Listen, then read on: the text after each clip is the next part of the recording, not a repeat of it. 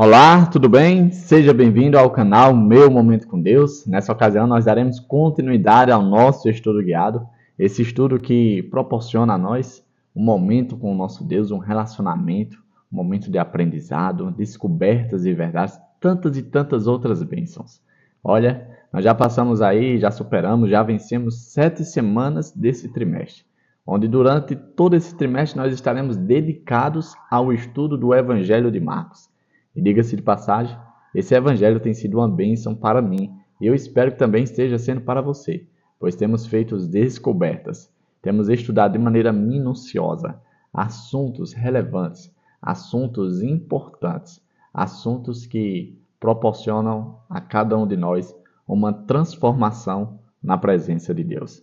Hoje não será diferente, nós teremos mais um assunto importantíssimo e é preciso que você, para ser abençoado completamente, é preciso que você fique até o fim. Por que, Davi? Eu preciso ficar até o fim. Para que você tenha acesso a toda a informação e assim possa refletir nas mudanças, nas coisas que precisam melhorar, crescer e agregar na sua vida, tá bom? Mas antes da gente adentrar no estudo de hoje, que vai ser maravilhoso, eu quero convidar você que está aqui comigo a fechar seus olhos para buscarmos a presença de Deus por meio de uma oração. Vamos orar então? Senhor Deus, estás nos céus, muito obrigado, Pai, por ter nos concedido mais uma oportunidade de estudar a Tua Palavra. Que nessa ocasião, mais uma vez, o Teu Espírito Santo fale com autoridade a cada um de nós. Que Ele fale com poder, Pai, para que o nosso coração venha a se converter em coração de carne e esteja sensível à Tua Palavra, para que assim a gente possa ser impressionado, de maneira que a gente queira e venha a procurar mais e mais de Ti. Pois, bem, na verdade, Pai, nós ansiamos passar toda a eternidade ao Teu lado. Fica conosco, Senhor. Dá-nos a Tua paz, dá-nos a Tua santa presença. É isso que nós te pedimos, em nome de Jesus Cristo. Amém. Pois muito bem, o tema do estudo de hoje é o plano de Deus para o casamento. Eita, que esse assunto é muito bom. Eu, particularmente, gosto muito desse assunto, o assunto do casamento. Por quê? Porque se a gente olhar ao redor, a gente percebe que é um assunto que vem se tornando a cada dia mais alvo, de ataques. Hoje as pessoas não veem o assunto do casamento ou o casamento em si como era visto há tempos e tempos atrás. Hoje a coisa meio que foi banalizada. Não é mais tratado com a forma que deveria ou como era tratado antigamente. E aí, dentro desse assunto, nós vamos ler aqui um contexto do Evangelho de Marcos, que está ali no capítulo 10. Capítulo 10, o versículo 1 ao 12, que diz assim, ó. Então Jesus saiu dali e foi para a região da Judeia e para o outro lado do Jordão. Novamente uma multidão veio a ele e, segundo o seu costume, ele a ensinava. Alguns fariseus aproximaram-se dele para pô-lo à prova, perguntando: é permitido ao homem divorciar-se de sua mulher? O que Moisés lhes ordenou? Perguntou ele. Eles disseram: Moisés permitiu que o homem lhe desse uma certidão de divórcio e a mandasse embora. Respondeu Jesus: Moisés escreveu essa lei por causa da dureza de coração de vocês. Mas no princípio da criação, Deus os fez homem e mulher. Por esta razão, o homem deixará pai e mãe e se unirá à sua mulher, e os dois se tornarão uma só carne. Assim, eles já não são dois, mas sim uma só carne. Portanto, o que Deus uniu, ninguém o separe. Quando estava em casa, novamente, os discípulos interrogaram Jesus sobre o mesmo assunto. Ele respondeu: todo aquele que se divorciar de sua mulher e se casar com outra mulher, estará cometendo adultério contra ela. E se ela se divorciar de seu marido e se casar com outro homem, estará cometendo adultério. Olha que texto interessante. Mas, normalmente, uma parte desse contexto a qual nós lemos é utilizado ali nas cerimônias de casamento, Agora não são mais dois, mas somente um, que Deus uniu, não separe o homem, tal e tal e tal. O que muitas vezes não é apresentado é que essa parte, esses versos, eles estão dentro de um contexto, de um questionamento, né, de vamos dizer assim, uma situação em que os fariseus estavam querendo colocar Jesus à prova, né? Ou seja, todo esse ensinamento de Jesus para os discípulos e como eles deveriam lidar com o assunto do casamento surgiu por conta de um questionamento que os fariseus fizeram a Jesus com o propósito de colocar ele à prova. E com base nesse contexto, eu separei aqui alguns pontos para nós conversarmos um pouco mais, né, refletirmos e fazermos também aplicações. E o primeiro ponto diz assim, ó, os fariseus perguntaram a Jesus se é lícito ao marido se divorciar da sua mulher. Perceba que Jesus estava ali ensinando a multidão e do nada, os fariseus chegam fazendo esse tipo de questionamento. O que estava por trás? Será que era dúvida que eles tinham? Será que eles estavam querendo aprender com Jesus? Será que eles estavam querendo saber a opinião de Jesus? O que será que estava por trás? Dois importantes rabinos da época de Jesus defendiam pontos de vista diferentes com relação a esse questionamento do divórcio. As duas escolas de fariseus que havia na época de Jesus era a escola de Shammai e a escola de Hilel. Os dois abordavam esse assunto de maneiras diferentes. A escola de Shammai era mais rigorosa. Em que aspecto, Davi? A escola de Shammai só permitia, de acordo com a escola de Shammai, só era permitido dar carta de divórcio em algumas poucas situações, como, por exemplo, falta de filhos, negligência material, negligência emocional ou infidelidade conjugal. Ou seja, apenas em 4 situações era permitido dar carta de divórcio. Qual eram essas opções? Não ter filhos, ou seja, se a mulher não desse filhos ao marido, o marido poderia se divorciar dela. A segunda situação, negligência material, ou seja, se a mulher desse prejuízo ao marido, né, era permitido dar carta de divórcio. Né? Se a mulher fosse gastadeira, tivesse adquirido algum prejuízo, algum dano material, alguma coisa desse tipo, o marido poderia se divorciar dela. O terceiro ponto é negligência emocional. Se de alguma forma a mulher causasse ali uma perca emocional ao marido, né, causasse algum dano emocional, ou seja, no âmbito psicológico, o marido poderia dar carta de divórcio. E no quarto ponto, infidelidade conjugal. Esses eram os 4 pontos, de acordo com a escola de Shammai, que era permitido se divorciar da mulher. Já na escola de Hilel, a coisa era mais solta. De acordo com a escola de Hilel, os fariseus que faziam parte dessa escola, era permitido dar carta de divórcio a qualquer motivo. Ou seja, não havia um motivo específico. Não havia situação específica. Tipo, hoje enjoei de você, não quero mais viver com você.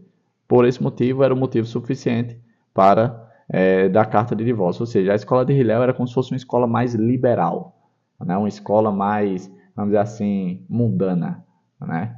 Qualquer situação, qualquer motivo, o homem poderia se divorciar da mulher. O ponto interessante é que os fariseus chegam perguntando a Jesus se era permitido se divorciar, sendo que eles já sabiam que era permitido. Eles já praticavam isso na época deles. Isso já era algo, vamos dizer assim, rotineiro dentro do convívio deles. Desde a época de Moisés, isso já era uma realidade. Então, o que estava por trás daquele questionamento? O que era que eles queriam provocar em Jesus? Vamos descobrir. Um ponto que eu destaquei assim diz assim, então, parece estranho que os fariseus tenham feito a Jesus uma pergunta mais abrangente, se o divórcio era aceitável. O que os fariseus estavam querendo saber de Jesus não era se era permitido, simplesmente, porque eles já faziam uso dessa permissão desde a época de Moisés. Né? O que eles estavam querendo saber de Jesus era a opinião dele, se ele aceitava os motivos que os homens se utilizavam para se divorciar das mulheres. Eles estavam querendo saber se Jesus aceitava vamos dizer assim, a situação do divórcio. Era isso que eles queriam saber. Com qual propósito? Qual era, vamos dizer assim, a finalidade? O que estava por trás desse questionamento? Muito simples. Jesus estava ali no território de Herodes. E eu não sei se você lembra, mas algumas lições atrás, nós estudamos um pouquinho sobre a pessoa de Herodes. Herodes, ele se casou com uma mulher que era a mulher do seu irmão.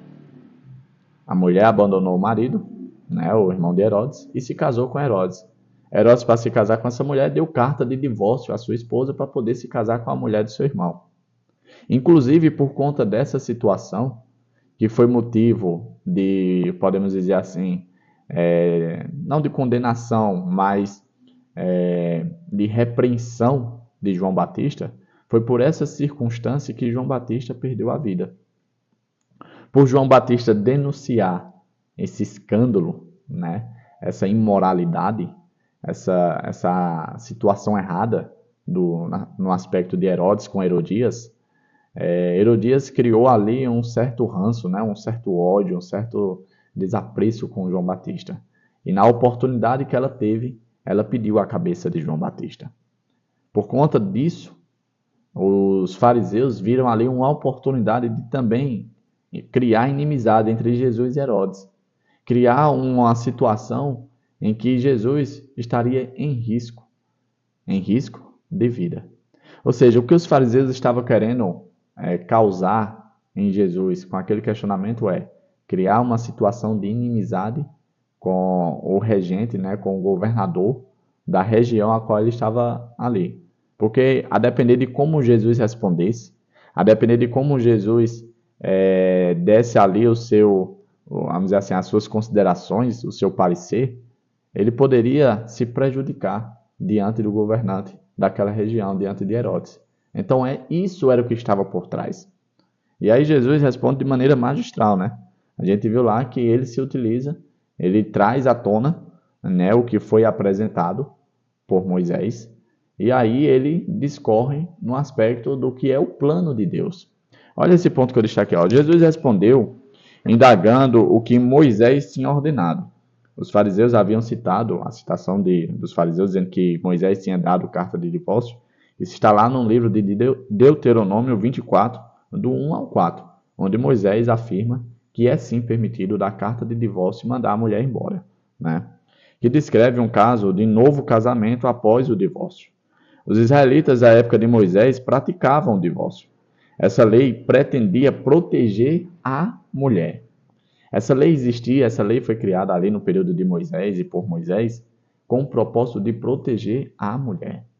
O contexto, se você for ler, lá em Deuteronômio 24, do 1 ao 4, diz assim, ó, se um homem casar-se com uma mulher e depois não a quiser mais, por encontrar nela algo que ele reprova, dará certidão de divórcio à mulher e a mandará embora. Se depois de sair da casa, ela se tornar mulher de outro homem, e este não gostar mais dela, lhe dará certidão de divórcio, e a mandará embora. Ou, se o segundo marido morrer, o primeiro que se divorciou dela não poderá casar-se com ela de novo, visto que ela foi contaminada. Seria detestável para o Senhor.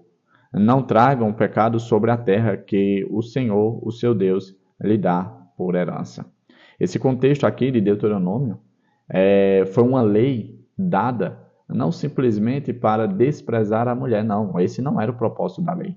O propósito era proteger a mulher, que dentro do contexto oriental, podemos dizer assim que sim, é o sexo frágil, né? Vive numa situação, podemos até dizer, marginalizada, né? Depreciada, né?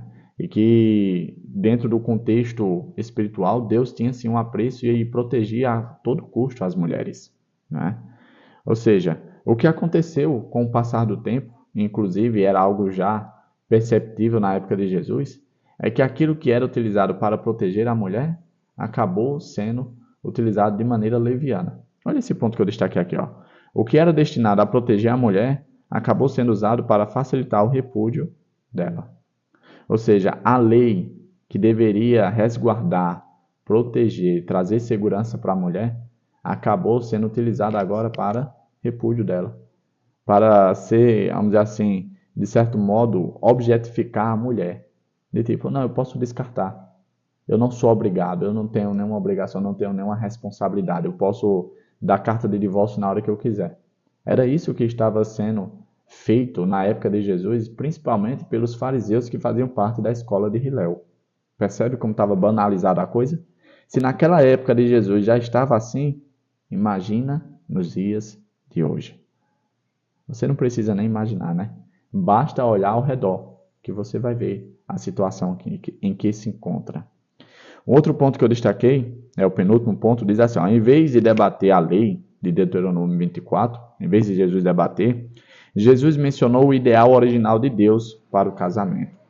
E qual era esse ideal? Deus criou homem e mulher, a imagem de Deus. Os criou. Dois seres individuais, complexos, de personalidades diferentes, distintos completamente.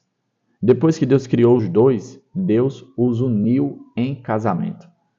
Deus os uniu a ponto de serem uma só carne.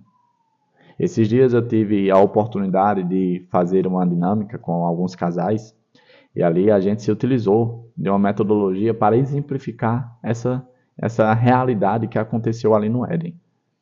Você não consegue separar aquilo que se tornou um, pois um não pode ser dividido por dois. Um não pode ser dividido por dois. Uma só carne.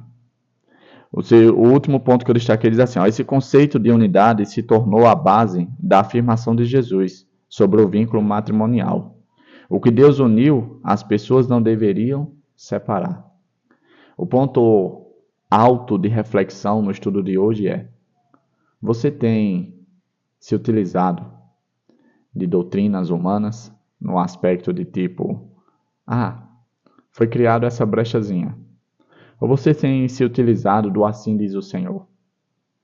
Na época de Jesus, os fariseus se utilizavam de uma abordagem, vamos dizer assim, uma medida protetiva para a mulher, para poder, vamos dizer assim, objetificar ela e tratar ela de forma desmerecida, de forma inútil, né? Se separando a qualquer momento, em qualquer circunstância, por qualquer motivo. Porém, Jesus, ao invés de debater, ao invés de discorrer, ao invés de se demorar nos métodos humanos, Jesus apresenta os métodos de Deus, os métodos divinos. E de acordo com o conceito de Deus, não existe a possibilidade de separação, é impossível a separação, não tem como separar uma só carne. Não tem. A questão é, e a grande questão é, você é pautado pelo quê? Pelo assim diz o Senhor? Ou pelo assim diz as outras pessoas? Se hoje eu e você quisermos seguir o assim diz o Senhor, então esqueça. O conceito, a realidade, o plano de Deus para o casamento é uma só carne para o resto da vida e eternidade.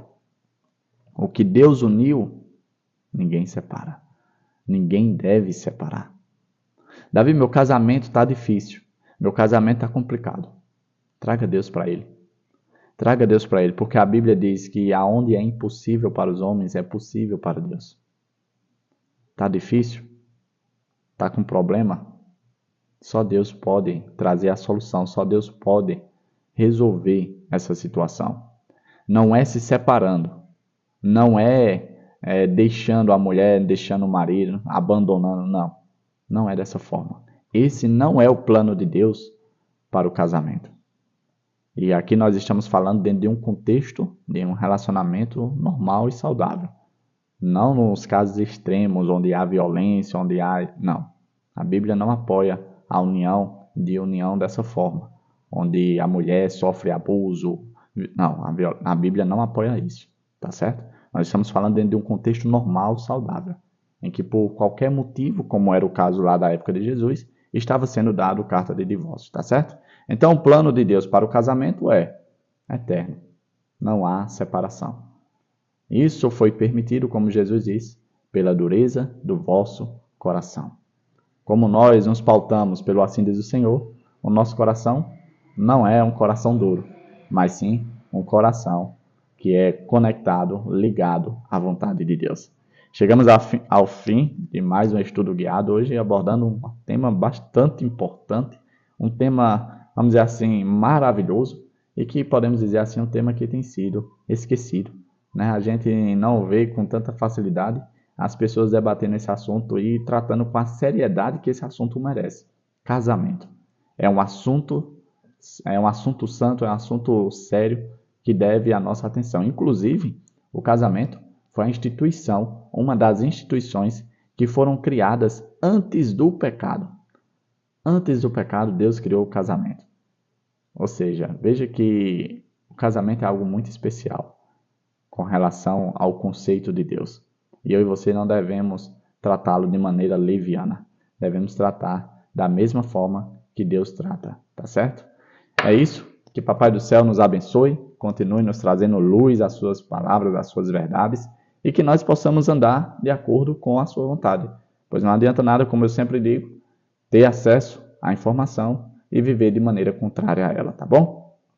Se o assunto é difícil dentro vamos dizer assim, da sua vida, dentro do seu contexto, entregue esse caso a Deus. Ore a Deus, busque a Deus, pois somente Deus pode transformar aquilo que é impossível aos nossos olhos, tá certo? Papai do Céu abençoe a cada um de nós, que Ele nos faça retornar amanhã para darmos continuidade a mais um estudo guiado. Até a próxima. Tchau, tchau.